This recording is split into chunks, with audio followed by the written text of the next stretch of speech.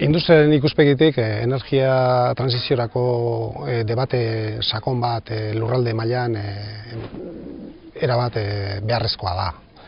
Eta nik bi arrazoia aipatuko nituzke. Bata dago arrazoi etikoa, ezta? Azkenean danok sinisten dugu larrialdi klimatiko batean gaudera, energia transizioa egin behar dugula eta prozesu nahiko importantea izango dela eta gure hurrengo belaunaldien etorkizuna markatuko duena.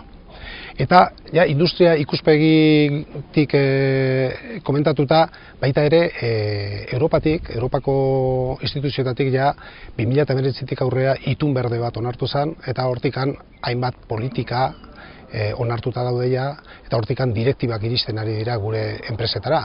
Eta direktiba horiek oso garbi markatzen dute, nolabait gure prozesu produktiboetan erabiltzen ditugun energia, energia berdea izan beharko lukela, energia berriztagarria alde heinean, eta beraz transizio energetiko hori aurrera eraman behar dugula, bai edo bai.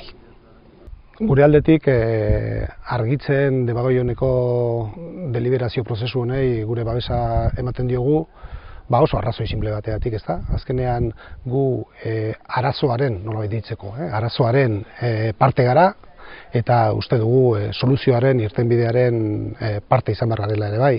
Eta hor benetan gure aportazioa egin behar dugula, eta gure beharrak eta gure ahalmena aportatu prozesu honen bidez, transizio energetiko egoki bat eta justu bat egiteko Debagoienan.